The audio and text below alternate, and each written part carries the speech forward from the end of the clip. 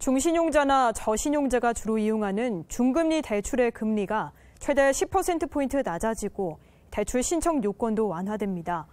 또 내년부터는 인터넷 전문은행과 카드론 등에서도 중금리 대출 상품이 출시되는데요. 보다 많은 사람이 혜택을 볼 전망입니다. 곽동화 기자입니다.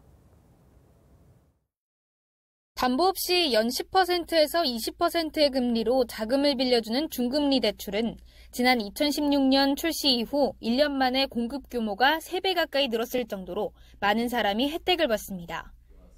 금융위원회가 인터넷은행 카카오뱅크에서 간담회를 열고 이 같은 중금리 대출을 확대하기 위한 발전 방안을 발표했습니다.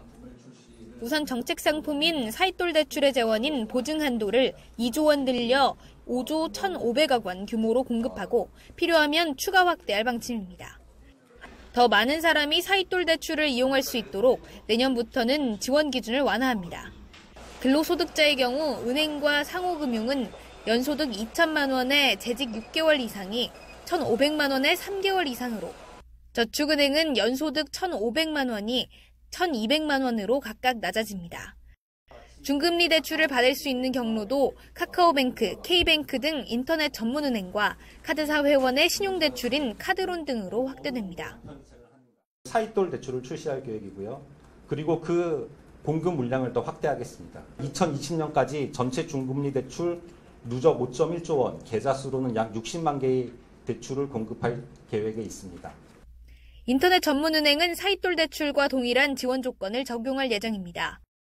현행 평균금리 16.5%, 최고금리 20%인 민간 중금리 대출의 금리는 업권별로 조정합니다. 업권별 비용 구조를 감안해서 적게는 0.5%포인트부터 많게는 10%포인트까지 평균 금리를 낮추고 최고 금리 요건도 이에 맞게 낮추어서 차등화하고자 합니다. 정부는 이 같은 활성화 방안을 통해 중저신용자에 대한 중금리 대출 공급량이 연간 3조 4천억 원에서 내년에는 7조 9천억 원으로 2배가량 늘어날 것으로 전망했습니다. KTV 곽동화입니다.